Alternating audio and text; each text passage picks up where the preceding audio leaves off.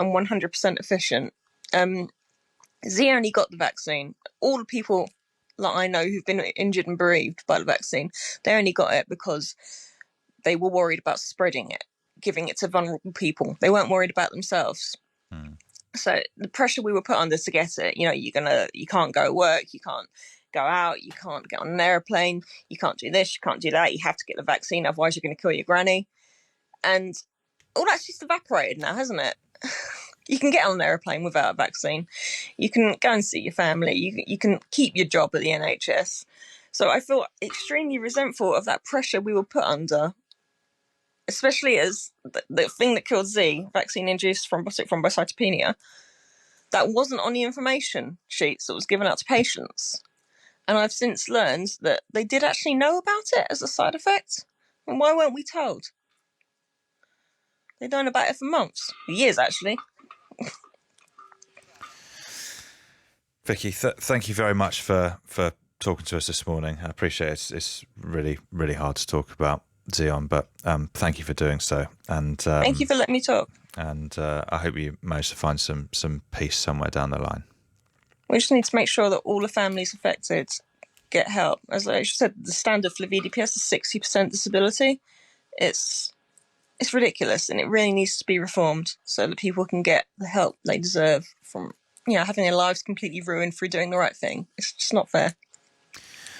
Thanks again, Vicky. That's Vicky Spitt, whose fiance Xeon died after his vaccine. She was awarded £120,000 this week. Just want to bring back Rachel Schreier, our health and disinformation reporter.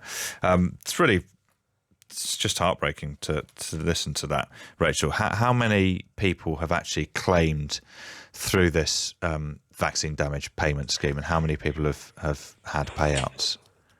Yeah, absolutely. I think it's just really, an awful and impossible situation for people to be in. And I think on that issue of whether they knew about it or not, I mean, speaking to kind of the world experts in this condition, I think it came as a real surprise for them. I don't think anybody predicted this. I don't think it was known as a side effect. And when it started to happen, I mean, I think it was just heartbreaking for, of course, most of all the affected people, but also the clinicians who suddenly saw this and were trying to kind of spread that information.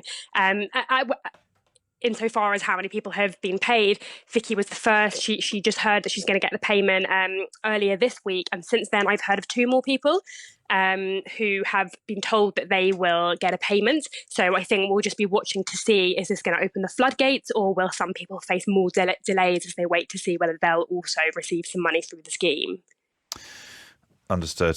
Thanks very much, Rachel. That's Rachel Schreier, our health and disinformation reporter. A couple of statements to read you on this story. This from the Department of Health. They say they are working to improve this payment scheme to make the process simpler, swifter and more accessible for claimants, with clearer and more regular communication on the progress of their claim. They say the scheme was not designed to cover all expenses associated with severe disablement, and claimants may also have to access existing government support systems such as universal credit. And a statement from AstraZeneca. We are very saddened by Xeon's death and extend our deepest sympathies to Vicky Spitt and Xeon's family. AstraZeneca is not involved in the operation of the vaccine damages payment scheme and has no involvement in any specific claims made. The safety of anyone taking AstraZeneca's vaccine remains our highest priority, and regulatory authorities have clear and stringent standards to ensure the safe use of all medicines, including vaccines.